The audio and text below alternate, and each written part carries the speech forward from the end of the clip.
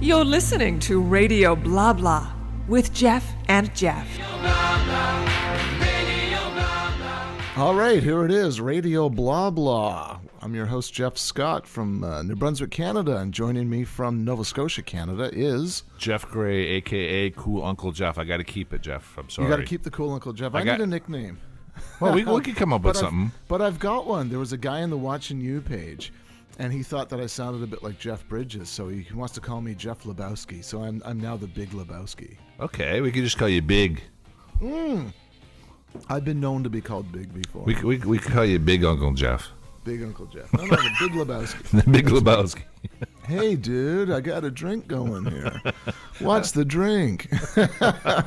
Radio Blah Blah. Jeez, how did this come about? That's a great question. It is, isn't it? Yeah. Well, it almost sounds like two guys who sat down and brainstormed for 2 hours for a radio show title. And this is the best they could come up with. It's the best we came up with. We came up with all kinds of other things that was already taken, and this one was the best. Well, I like this one, though, because it kind of, when you think of Radio Blah Blah and what the purpose of the show is really to talk about. We're both of us are guitarists. We've been playing guitar for a long time. And we both love music, and we love talking about music. We have no problem talking about music. Yeah. And so what would you call something like that? And, obviously radio is obvious. But the blah blah, we don't, what it says to me, Jeff, is that, we've never, and we've had a show prior to this called Watching You, the Kiss Talk Show on YouTube. We did? Yeah, we did. I remember that. You remember show. Doing that? But I remember doing that show. Yeah, we did that, but we found ourselves a little bit limited by just talking about Kiss, so that's why we're doing this show. But when you think of Radio Blah Blah, you can tell already, hopefully you can tell, we don't take ourselves too seriously. We don't take any subject too seriously. No. And that's this is all about fun and maybe just, picking our brains, right? So I really like it. Yeah. Do you like it? I like it. Good. That's a good start. There's your first awkward silence, Jeff. That's our first pregnant pause by two gentlemen on the radio together. And didn't the guy from Rush, Alex Lifeson, do something like that? Yeah, definitely. He the Rock and Roll Hall of Fame acceptance speech with the two guys, Neil Peart and Geddy Lee, standing behind him, and the whole speech was blah blah blah blah blah blah blah. And I think was he mocking the Rock and Roll Hall of Fame, or was he mocking the whole acceptance speech kind of thing, or was he mocking the award? I mean, what do you think the message was there? The message was, to me, and of course it's different for everyone, the message to me was that Rush, unlike some other bands, unlike Madonna, who got in very easily, it took a long time for Rush to be accepted into the Rock and Roll Hall of Fame. There's a lot of drama associated with it, and I think when you watch that, and I'll put it up on our Facebook page, and you can find us at facebook.com/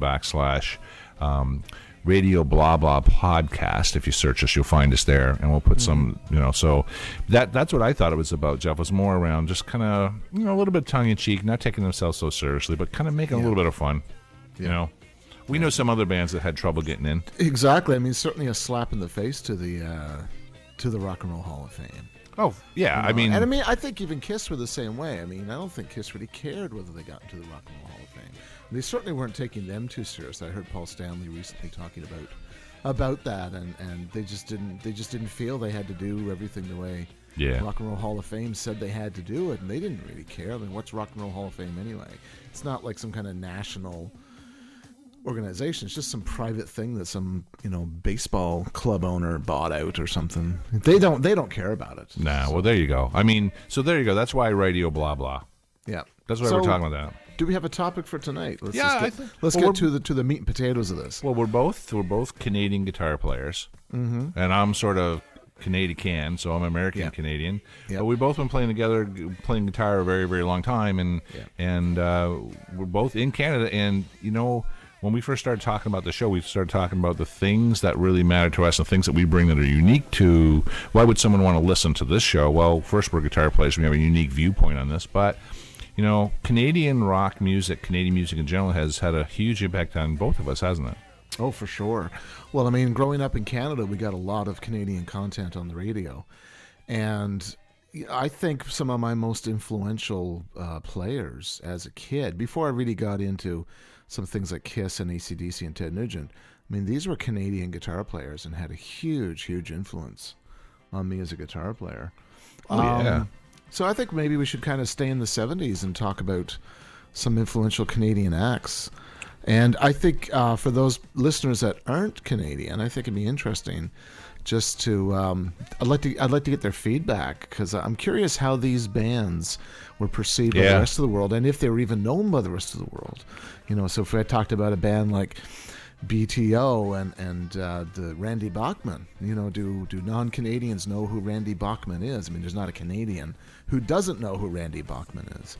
But I'm just wondering how the rest of the world sees these bands. Well, I think that's a great question. I can give you a unique perspective on that, because I moved to Canada in 1970. That's right. You came when you were, what, 15 or 16? 16 years old. And See, Randy Bachman would have been in our face all the time because it was Canadian content. And for those non-Canadians, it means that our Canadian Radio and Television Commission, the CRTC, says that 10% of our content, our radio content and television content, has to be Canadian.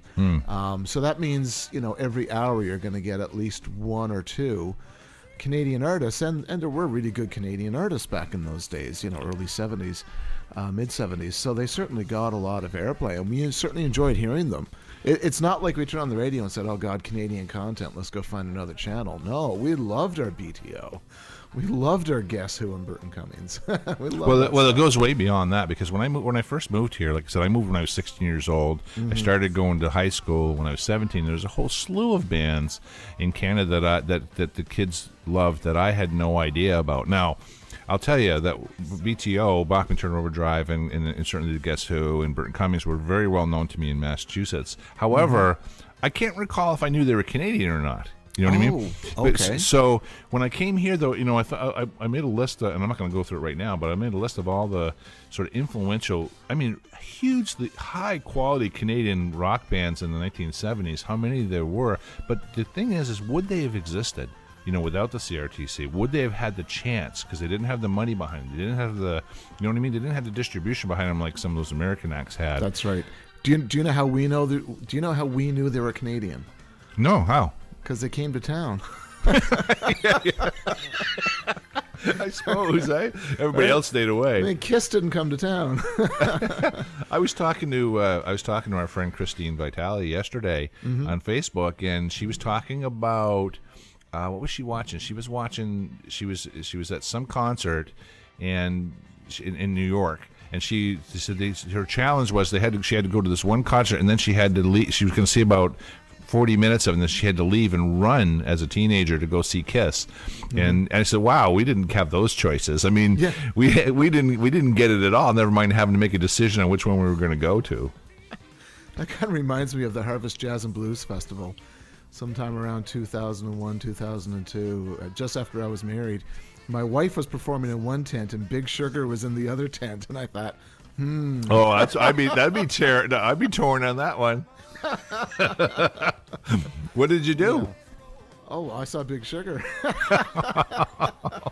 Man, Ooh, I don't know. I ran back and forth between the two. but you talked about those, like Bachman-Turner Overdrive. You talked about them in the 70s. And I got to be honest with you. Before Bachman-Turner Overdrive, I think I said this to you before, but prior to being a rock guy, if you will, when I was 15, 16 years old, I was into soul music. I used to like I couldn't even tell you, like Sly and Family Stone, all that kind of music, right? And then somehow I got a hold of Not Fragile. Oh, I know what it was. They had a hit like Rockin' Down the Highway. Yep. What was it called?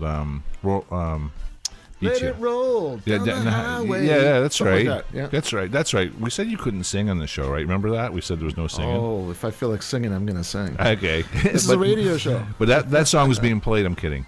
That song was being played a lot in high school dances in the States when I was there, and so that was kind of their more kind of a poppy song in that. But I bought that got me to buy the album Not Fragile.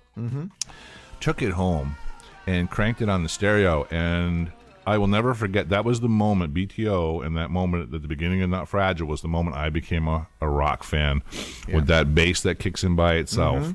Dun dun dun dun dun dun dun dun dun dun dun dun dun dun dun dun, and then the drums kick, and then once that kicked in, I went, "Oh my God, this is amazing!"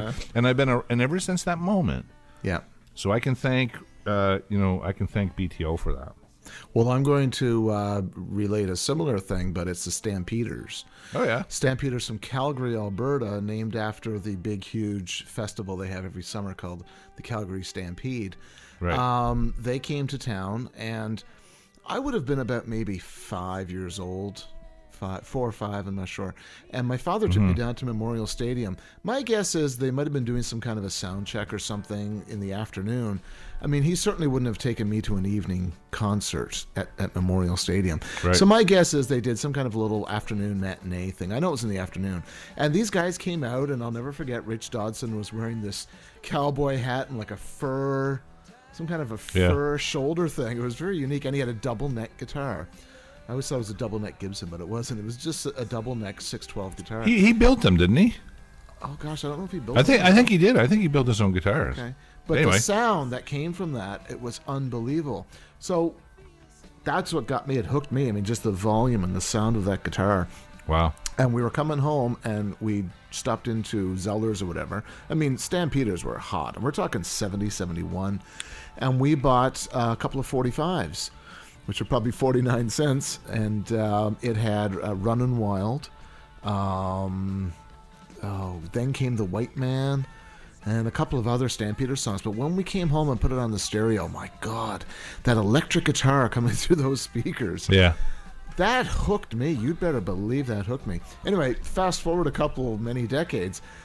Stampeders played here in St. John. I went down to see them. I took a record album to get it autographed, and I was talking to Richard Dodson, and I said, "Rich, the reason I play guitar today is because, when I saw you in the 70s," and I told him how he was dressed and how he looked, and he just thought, "Wow, that's a cool story," and we just kind of hung out. And that's really neat. Yeah, it was cool, but when he signed the album, I was telling him this, and I said, you really were my first guitar influence, and I've had a lot of guitar influences over the years, but he was the first one.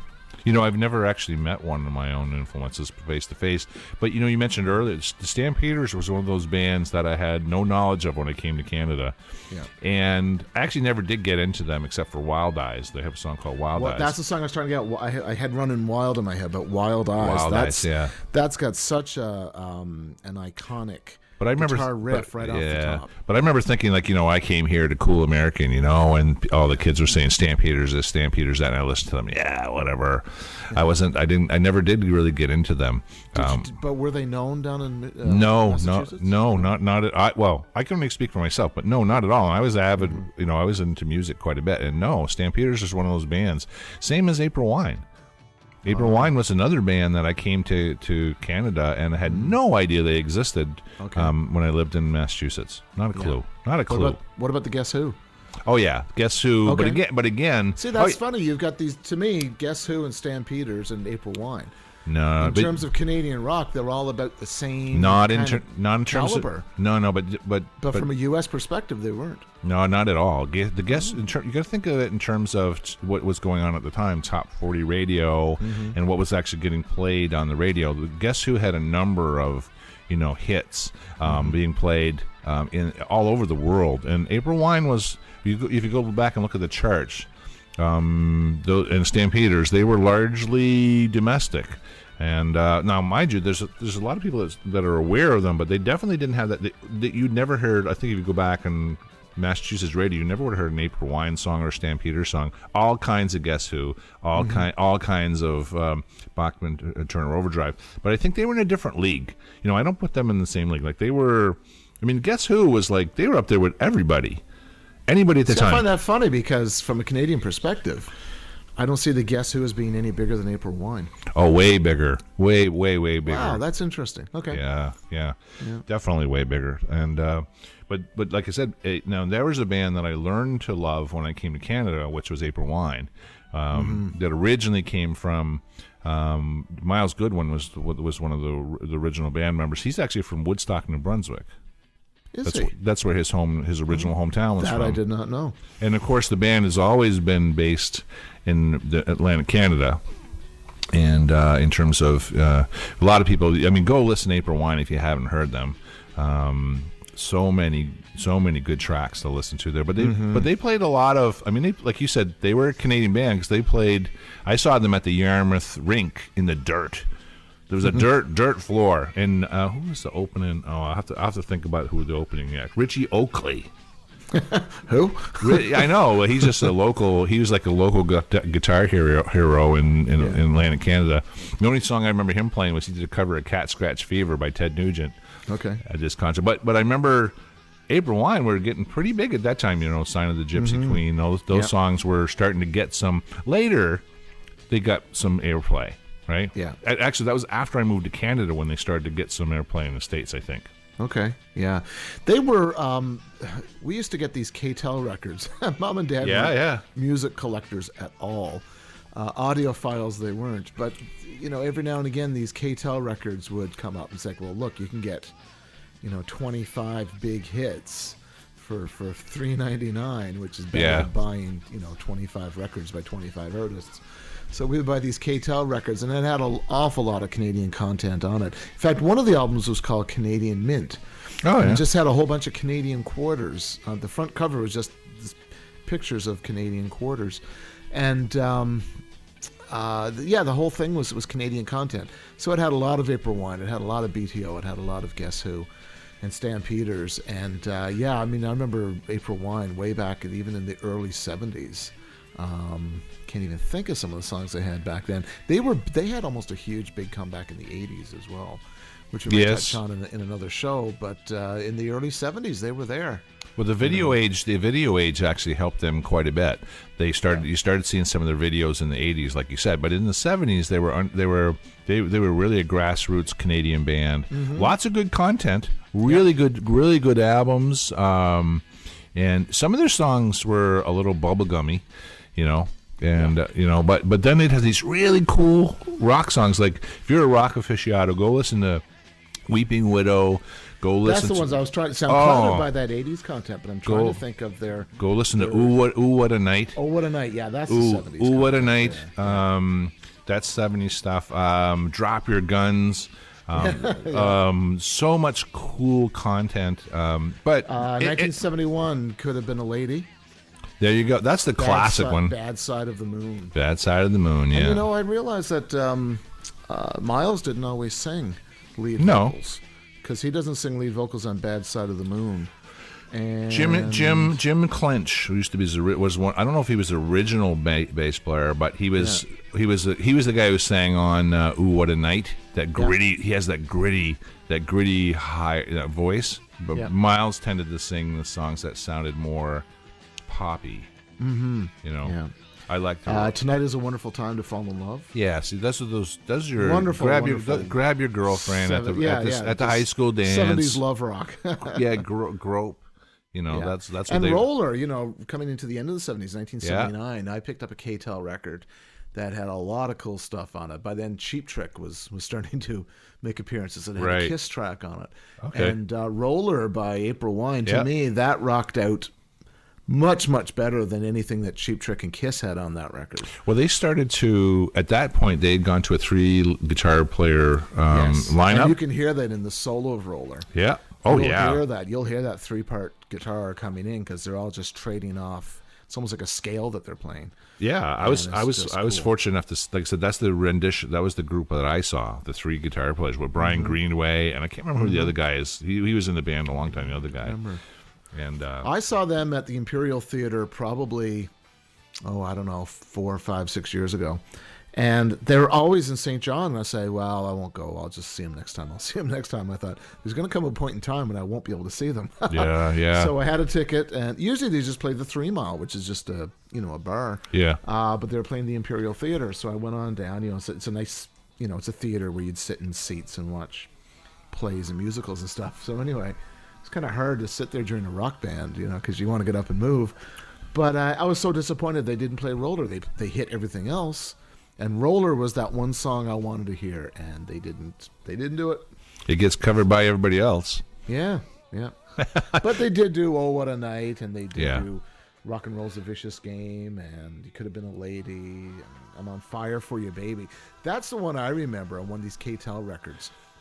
I'm on Fire for Your Baby. Beautiful, nice Again, 70s love rock, really easy. And that was at the end of one of my K-Tel records. And I'd be in my room drawing pictures or doing jigsaw puzzles or whatever. And these K-Tel records, as soon as one was done, I'd slap on another one. But every one of them had April Wine on it. And, I'd be skipping. See, those would be the songs I'd skip, right? Because I would be going to, if they had, Ooh, What a Night on there, I'd listen to that. I listened to their rockier songs. That was... Yeah. But, there's a lot of hidden gems in the 70s. And another big one that I wrote down was Trooper. Trooper, yeah. They've got two songs that are just so iconic. Raise a Little Hell. Raise a Little Hell. The Boys in the Bright White Sports Car. Yeah. We did that in a band. I was hoping to use a guitar on this show, but I didn't bring one. Anyway, they've got this neat little hook at the beginning of Boys in the Bright White Sports Car. Oh, but yeah. I think even more iconic than that is We're Here for a Good Time. Here for a Good Time. 3 Dressed Up as a 9. Yeah, and I think almost anyone who does any kind of, backyard or campfire guitar song stuff has learned to play We're Here for a Good Time, because there's that one song where everyone's going to sing along. Everyone's going to join in. And I don't sing. But if someone makes me bring a guitar to a campfire, I said, that's that one song I pull out of my back pocket. Because as soon as I start hitting those chords, people know it. Oh, yeah. And they'll start singing, so I don't have to. Trooper's actually, I've seen a lot of video of Trooper on YouTube, and they're actually put on quite a good rock show. Like, they come off, there's one of those bands that comes off quite poppy on the record. Yeah. And then when you watch them on... YouTube in the live performances, they put on much more of a rock performance. Like, there's a video on there I was looking at for the show called 3 Dressed Up as a 9, and it was really interesting. I gotta say, they got to be one of the ugliest bands I've ever seen in my life. Oh, really? Oh my gosh, they're not visually pretty. They're not visually pretty. Well, the lead singer is not too bad, but the rest of them are pretty gruesome-looking guys. But what I always get a kick out of them is that what was in fashion at the time, like what the rock bands were wearing and how they portrayed themselves. And but Trooper was one of those bands. I said, for my American friends and our European friends, if you haven't heard much of Trooper, they're a good band to go check out. Oh, definitely. I got lots. I'll throw it back to you, though. You get the other ones in your mind? Well, I'm thinking probably around 71 or 72. It was in the summer. I was living in Gander, Newfoundland, and there was this amusement park coming to town. Like these traveling amusements. Yeah. And the rides were 50 cents. So Mom had told my sister and I, you could have $3 each. So that's 6 rides. But there was a band coming to town called Lighthouse. And it was $3 to get in to see Lighthouse. Now, I can remember going around with my sister for several weeks, and there was the big debate. Do we take our $3 and go have 6 rides at the amusements, or do we go see Lighthouse? Yeah. Because at that time, Lighthouse was on the radio a lot, and they had some, and I don't know if you were hearing that in the United States or not. A little bit of Lighthouse. They had one or two songs. You know something? I hear Lighthouse now on the radio. What was their biggest song? Do you remember what their big song was, Lighthouse? Well, it was probably One Fine Morning, Girl, I Wake Up. Oh, yeah. That got played a lot, yeah. And, when that kind of Chicago-y. Sounds like Chicago quite a bit. You hear that on the radio today, and you think that's Chicago, because they had that funk guitar sound happening, and then they had that horn section. Probably a trumpet, a trombone, and a sax doing these harmony shots, sounding very much like Chicago.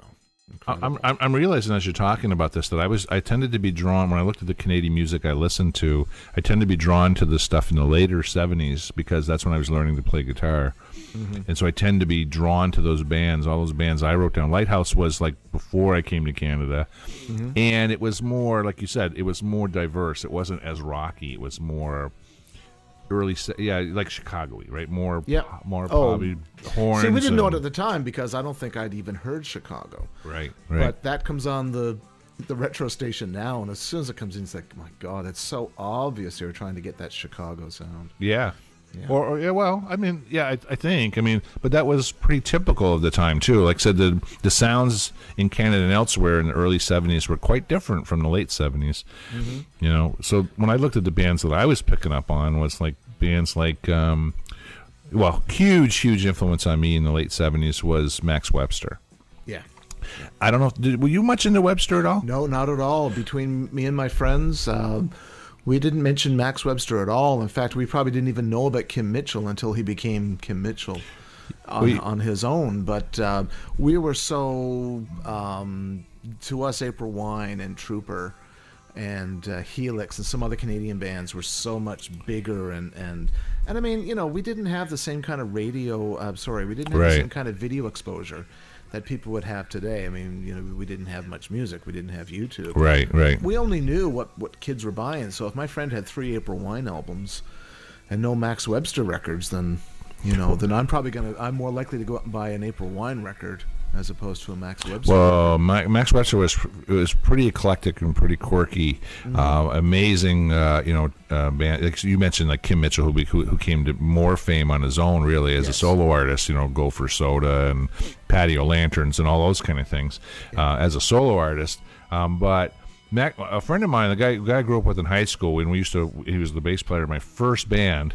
When he moved away to Ontario, and he got when he was there. He only was there for like 6 months. He worked up there and lived with Uncle or something like that. But when he came back, he was exposed to all these bands that were playing the circuit up there. Max Webster was one of them, and he came back with the album Live Magnetic Air, which I put up there with virtually any live album that's out there today. Perhaps not as, but you know, it's one of my top 10 for sure. Yeah. But with the Kim Mitchell guitar playing, the keyboards were really strange. The drummer was incredible. And really, Kim Mitchell had this way with that band has a really good rock and roll guitar presence. Perhaps, you know, right up there with Randy Bachman is probably 2 of the best Canadian guitar players. He just has a way about him, one of my favorite. I mean, there's so many good songs that they put us. So Max Webster. At the same time, he came back with another band from Ontario called Gatto. You ever heard Gatto? I've heard of them. Yes. Yeah. I'll share like on our Facebook page. I'll share some of the things that we're talking about today. Mm-hmm. I'll share a few videos maybe of that. But just want to get back to Lighthouse for a second. Oh yeah, sure. In 1972, they had a big hit with a song called "Sunny Days." Oh yeah, and that was, I mean, every person in Canada will. I mean, if you're in your backyard with a radio, you have to hum a few bars of that, if not break out into the chorus of it, because it's just such a feel-good summer song. And for those who don't know the song, and I think it's been used in movies, it's been used in ads, it's one of those songs that certainly broke through the Canadian border. And I think the chorus goes, "Ain't nothing better in the world you know than lying in the sun and listening to your radio. Oh, sunny days." Yeah, that was, 2 years ago, you know, I almost fried. And here is stoned alone again in my backyard. What a great line. Yeah, and it's like that's that whole, like I said, that's that whole early 70s feel to it. This was pre-sunscreen. Yeah. This is back in the days when you could just go out in your backyard and lie there. Yeah. And listen to the radio for many, many hours in the afternoon. It was they were part of that classic pop radio. Yeah, that was happening. They had a really nice song called "Pretty Lady," which also sounded very Chicago-like. But there's a whole list of stuff I don't really recognize a lot of. But those were the big 3. Were "Sunny Days," "Pretty Lady," and that first one I mentioned. I can't remember. "One Fine Morning, Girl, I Wake Up." Oh yeah, wow, yeah, they had quite a few. From my eyes. You see them playing that. What you can see, you hear Lighthouse. What you think of is you think of a summer outdoor venue. Exactly, is what you think of, right? Same as you would for Chicago. Certainly not a big rock show. You know, guys dressed up however they want to dress with, you know, horns and all kinds of things going on. But yeah, definitely, you know, I kind of, like I said, that was the early 70s stuff, and when we were talking about those hidden gems, like I said, for anybody, like, part of this, I want to make sure people hear these bands that they haven't heard of before. Like I said, go check out Gatto. That's a Greg Gotovich. He's a Canadian bass player, and that's what he's had different variations around him. Certainly not a huge amount of radio play. Mostly a Canadian. I don't recall any really success in the States at all. But if you're not Canadian, go check them out. Or if you are Canadian, you don't know who they are, go check them out. Did you hear of Chilliwack growing up in the U.S.? Chilliwack? In the snow? Not really. I'm just trying to think, though. I think a lot of the material where they had their success came after I moved. Even in Lying in the Arms of Mary, even some of that stuff came out right around the same time I moved to Canada. So, yeah, you know, certainly some of their bigger stuff. I'm trying to think. Well, they started. They're from Chilliwack, BC. Right. It's named Chilliwack, and their first hit was actually 1967. Although I don't really recognize a lot of these. The earliest one I recognize, "Lonesome Mary." Yeah. Which I think is the one you just alluded to, "Lying in the Arms of Mary" or something. No, there's one called "Crazy Talk." She talks crazy talk. Yeah. And probably bigger than that was "Fly at Night." Yeah. Which was "For a Man in a Rock and Roll Band." Yeah. Which I always thought was Neil Young. It kind of sounds like him, doesn't it? It does. When that started with the guitar and, Yeah. and that whatever, it's not quite a falsetto, but it's a higher range. Pretty vocal. close. And I always thought that was Neil Young, even right through probably even to the 90s. I'd hear right. that on a retro channel, and I'm thinking, Neil Young. And then I'm thinking, well, this, the more, because I knew more of Neil Young's material, and I thought, that's not Neil Young, even though I always thought it was. But anyway, but the thing is, in 1981, they had this huge hit called "Gung Gung Gun." She been gone so long. She been gone so long. Yeah. So anyone who thinks Chilliwack, they immediately think of that. In fact, the Chilliwack website was gonegone.com. Wow. That was their website. But I think that just kind of clouded some really cool stuff they did in the 70s. And that one, "Fly by Night" or "Fly at Night," that was just such a cool tune for them. Just a little tidbit there. The lead guitarist for that band, I think, was Brian McLeod, wasn't it? Gosh, I don't know anyone. But I tell you what, it was Brian. I think his name is is Brian. They used to call him Brian Loud McLeod, and he went on to form Headpins with Darby Mills. Oh, okay, yeah. That's they went out of that, and that was in that '80s period. There, he died. He actually died. Brian, he died of he had a brain tumor or brain cancer or something a while back. But yeah. Chilliwack was again, that was more of the poppy stuff. But I can't recall hearing them in the States, but they were right around that time I moved here. What about Nazareth? They're a Scottish band. Are they Scottish? Yeah, they're Scottish. Oh, jeez, I thought they... I know. I just put it up on Wikipedia. You know what's so? Why did I think they were Canadian? Wait, that's so funny because I looked them up for this show because I thought they might be Canadian too, and I looked it up on Wikipedia, and of course Wikipedia is 100% accurate all the time. Yeah, There's never. But they say it's just no. They're a band from Scotland. That's one of those bands that just played here all the time. Yeah. They were always playing somewhere. Like everybody I know in Canada, I think saw Nazareth. Canadian because they were always here. Yeah, I mean I like Nazareth, but I do too. They were great. I love what they did with the Joni Mitchell song, "This Flight Tonight." Oh, that was awesome. Yeah, because when you hear Joni Mitchell do it, it's just this, nice acoustic folk song. Right. Then you got Nazareth. They turned it to a heavy metal song. Yeah, it's a great song. And it's cool. Yeah. What's the lead singer of that? I can't remember his name. I wouldn't know his name. I heard they were awful live though. Dan McCafferty or Manny Carlton? It was one of those. Manny's the guitar player. Okay. I know Dan that much. McCafferty, I think. Hair of the Dog was my favorite song of Sweet theirs. was the drummer. Hair of the Dog. Great. I mean, these are iconic classic rock These are tunes. Canadian Scottish. That'll be for our Scottish show. Let's save them for our Scottish music show. We'll music have to have show. a Scottish show someday. It's we'll great. get on and talk about all the influential Scottish bands. It's not great unless it's Scottish. How many great Scottish bands are there? How many can you think of? I don't know. I could think of some more Canadian ones though. Were Slade Scottish? Yeah, well, they weren't Canadian. No. Bay City, why you said you loved the Bay City Rollers? I'm not sure why I'm not surprised. You're so poppy. Yeah, but no, I mean I hated that whole Saturday morning cartoon thing. And why are we talking about these guys? I don't know. But this has got nothing to do with Canada whatsoever. There was something about their sound and songwriting that I liked. Even today, I listened to it and I like it. Well, good. I'm glad you like it. Back to Canadian bands. Thank you. So we've established that Nazareth is not a Canadian band. Yeah, well, who else? Let's see, Beatles. They're not Canadian. Who else isn't Canadian? AC/DC, not Canadian. Oh, shit. I thought they were. Well, all right. On the pop side of things, and this is the stuff that I heard on the radio a lot. The Poppy Family and Terry Jacks and Susan Jacks. Oh, yeah, Terry Jacks, yeah. Were you getting any of that stuff in the US? Oh, yeah, Seasons in the Sun. Oh, okay, because that was huge here. Yeah. Anybody that had top 40 potential. See, all the bands that I'm highlighting today are bands that you wouldn't hear in the States so much or overseas so much because they weren't radio played. They were just really great rock bands. Yeah. But yeah, no, anything like that was getting played. Anything that had pop sensibilities got played elsewhere, pretty much. So right? you were hearing Gordon Lightfoot and Neil. Yeah. Yes. You were hearing Joni Mitchell. Yeah. Absolutely. Yeah. Those they were all, again, whether they were Canadian or not. I don't think that really, that really wasn't all that. And that wasn't a big deal for anybody else. When you think about it, they wouldn't highlight, "Hey, it's a good Canadian band." Yeah. It was just a band or just an artist. They wouldn't care whether they're Canadian, Scottish, or. See, that's different because in Canada, I Yeah. think they'd make a bigger deal of it. They'd say, "Well, you're getting all this American and Right. British content thrown at you, Right. But here's what our own boys can do." Right. So here's Rush. Exactly. Here's BTO.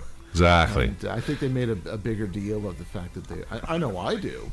Like I teach grade 9 music, and we do the history of rock and roll, and I take them right back to the 50s, and we go through the decades, and I highlight those Canadian acts who made a huge impact on rock and roll. Well, yeah, I mean, and that's natural because it's we're a smaller country. We have less of it, and generally speaking, we have a little bit of an inferiority complex, or at least we used to in Canada. Not so much anymore, but we definitely felt that way in the past, right? Well, it's funny growing up in Newfoundland. I was so turned on by rock and roll and rock stars and electric guitars and everything. Yeah. Dad used to look at me because Dad wasn't musical at all. He was a air traffic controller and he was a sports guy. He played hockey and instructed swimming. And he'd look at me and he'd say, "This dream you've got of being a rock star." He said, "Unless you live in California or Nashville, that ain't gonna happen." It's really, you live in Newfoundland. No one from Newfoundland has ever made it as a musician or as an act. And I said, "Yeah, that's true."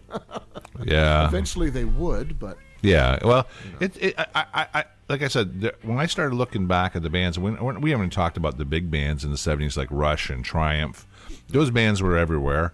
We didn't even talk about them. But did you ever hear? You must have heard of Street Heart. Mm-hmm. Yeah. The Under My Thumb, and which is a Stones cover. That's right. That was the biggest hit, really. He was doing a Stones cover. I know, but it was a very unique Canadian band. What about Harlequin? Harlequin. Superstitious Feeling.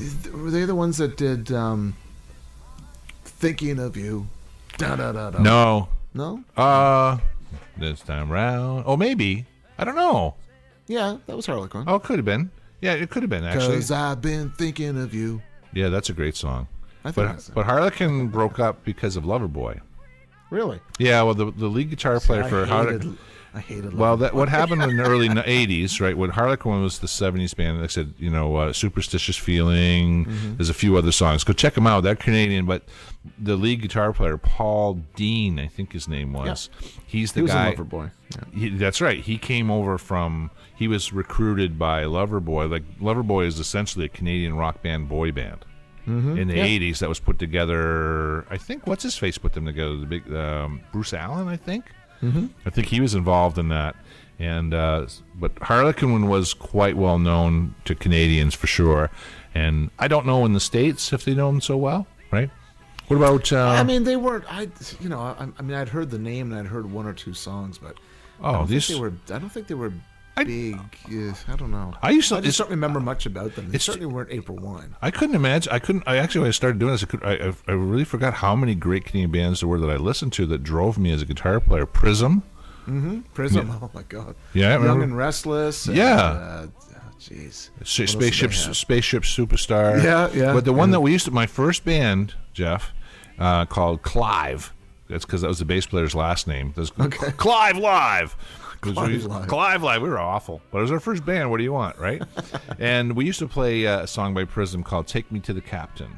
Yeah, great tune. Yeah, and I'd never heard of them, but again, a lot of this music I got exposed to from my bass player. The singer had such a unique sound. He didn't sound like anyone else, and rich.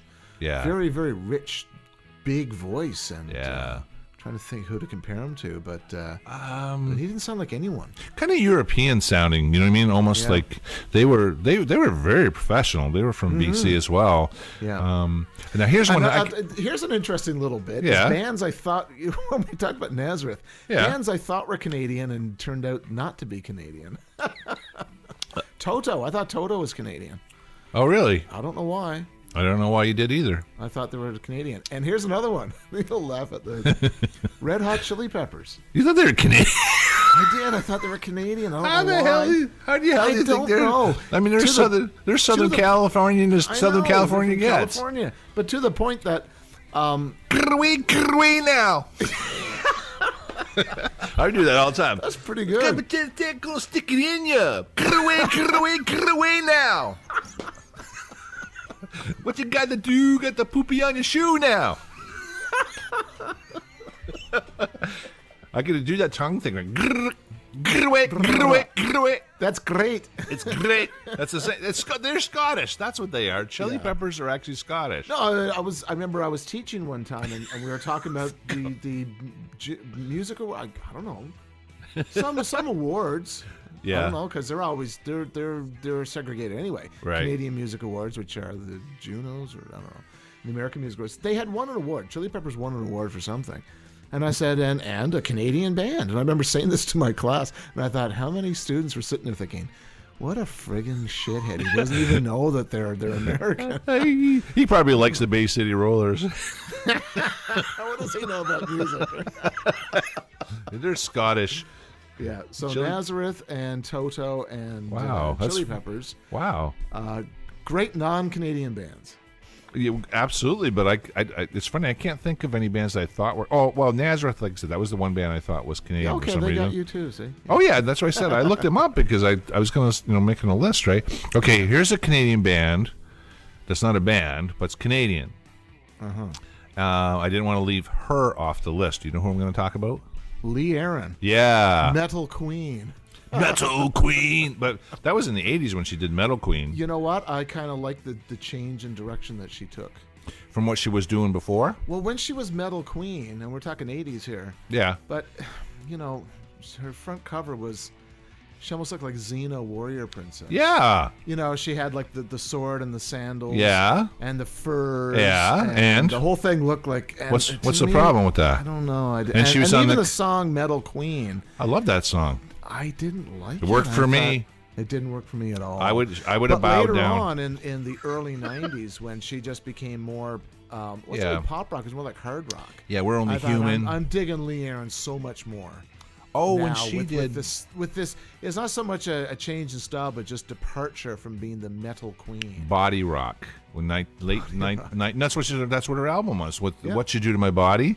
That late 1980s stuff was It was a pop, what I would call pop metal, very effective music. The 70s stuff was actually, you go look at some of that stuff. There's some she good was recording in the 70s. Oh yeah.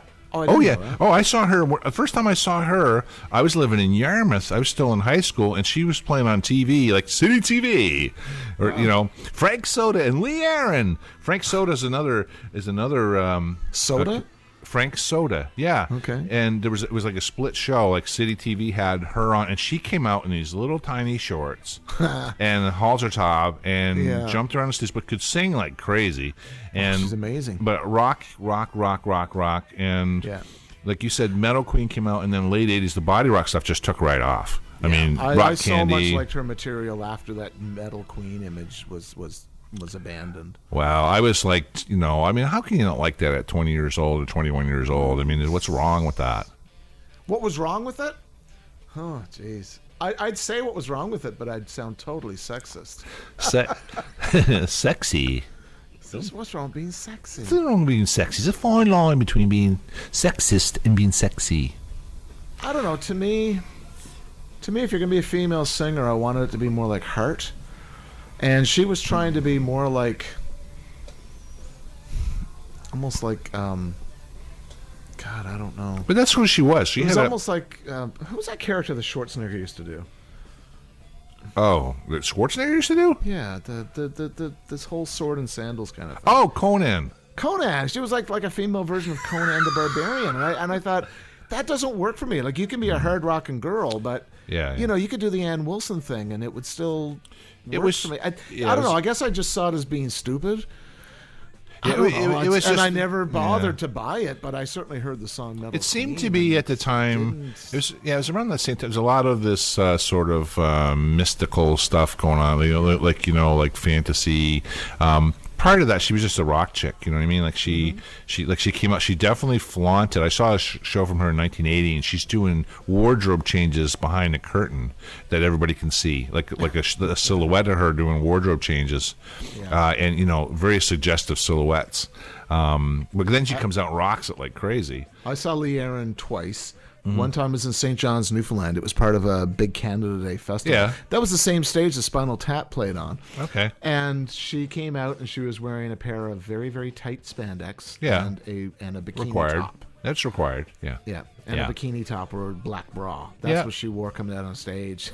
That must have been the body rock era. Wow. That was about 1990. Yeah, and she came to St. John, actually. The last time I saw her was in St. John. It was part of the St. John Jazz and Blues Festival, and she was doing a jazz act. Oh, yeah, she did that afterwards. She moved to New York and started doing that stuff. But she played in St. John. I saw her do the Body Rock tour in St. John. Mm-hmm. Down at Market Square, indoors at the hotel, one of the venues down there. It was awful. The sound was horrible. Oh, it wasn't her fault, but I mean, I actually left early. Really? Which, I mean, think about that for a second. Well, I've been to bands where I left. I'd had enough. You think I would have stayed and looked? You think I could have stayed and looked? Our 80s show. One of the things I'll just touch on is, I hit Memorial University in '84, right? And we used to get a lot of free tickets, and I'll talk about that when we do the show. But I saw a lot of '80s acts, a lot of '80s Canadian acts who were sort of up and coming. I'll just give you an example, like Blue Rodeo. Well, no, I stayed for Blue Rodeo, but a band like Haywire from PEI. Right. Yeah. After I'd heard them do their 2 or 3 hits, I was ready to go downtown. Yeah. They didn't keep me.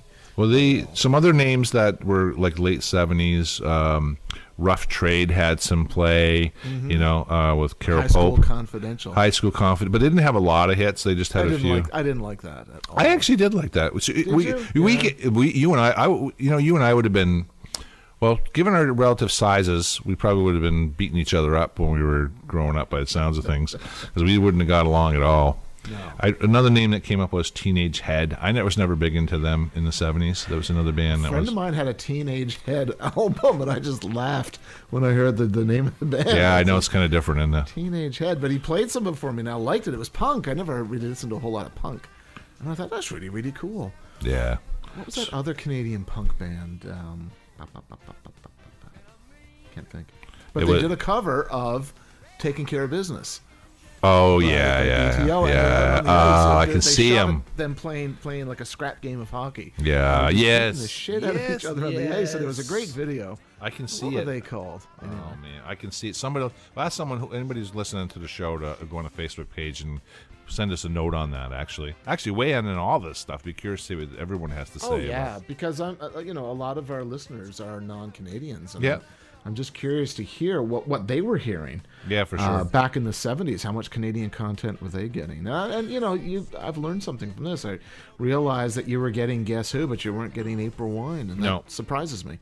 Yeah, no. So that pretty much covers the job. I think we've covered the 70s pretty good, and a good first episode for Radio Blah Blah. Hopefully everybody likes it. Just as a reference, I went to a site called Ranker.com, not to be confused with Wanker.com. Yeah, or Ranked. And it ranked the top 100 Canadian acts. There's a lot of names there I didn't recognize. It's interesting. From 71 down to 100, I never heard of any of these bands. I never even heard of them. At 71 was Godspeed You Black Emperor, who I have heard of. I haven't listened to them. And a buddy of mine is a huge fan of them. But from 72 down, I never even heard the names. Young Galaxy, Yukon Blonde, Fucked Up was a band. I never, these last 30 odd bands, I never even heard of them. But Ranker.com found them to be the top 100. There's some pretty whack stuff. I saw the CBC list of the top 100 bands in Canada, and like, you know what the number one band was? Well, who do you think Ranker.com said was number one? Oh God, who knows? Hopefully, well, you know. I do. Yeah, you're a number one band. Oh, Rush? Canadian band, Rush, yeah. Yeah, this one had them number 2. Okay, CBC, who's number 1? Arcade Fire. Arcade Fire. They were on this list, but number 1? Think about that. How you know what it is? The person who put that list together is an Arcade Fire fan. They gotta be. Them so much, they figure, well, if I do, everyone else does. Oh, man. totally off. Oh, anyway. So there you go, Jeff. Canadian rock put bands. A nail into this one. Canadian No. rock We don't bands. put nails into shows unless we're ending them. We don't nail them. Oh, that's right. We don't Okay, we can put a staple in this one. We could put it till next time. Let's just lick the envelope on this one. There. We can open that later. And I think we're going to come back another time and talk about some more Canadian bands, but Yeah. kind of focus in on the 80s and 90s. Yeah, that'd be fun. Actually, we'll do that down the road. But we could be talking about, I guess, for the listeners, like we could be talking about anything. We could be talking about controversial musical, like people. We could be talking about issues. We could talk about anything we want on this show. Exactly. And everything's fair game. So suggestions are not a bad thing. No. So come to the Facebook site. Give us your suggestions, and Jeff and Jeff will probably have a good time talking about them. Exactly. Well, I look forward to the next one. Me too. Yeah. All right. So I'm signing off for now. Jeff Scott in New Brunswick, Canada. Yes, and it's Jeff Gray, a.k.a. Jeff Gray. I'm not going to say Cool Uncle Jeff. Oops, I said it. Oh, I'm Jeff Scott, a.k.a. Lebowski. The Bowsker. Or just the Bowster. Big. Just call me Big. The Big J. The Big J. The Big J. I like that. Big J. I like a Big J. Chris Medic, you need to do some artwork for Jeff Scott there with the Big J. He did it for me. He should do it for you. Yeah, for sure. All right. All right, I'm signing off. Me too. All Bye. right, see you next time on Radio Blah Blah. Blah, blah to you too. Blah, blah, blah, blah. Blah, blah, blah, blah, blah, blah, blah, blah. See you, Jeff. Bye. Bye.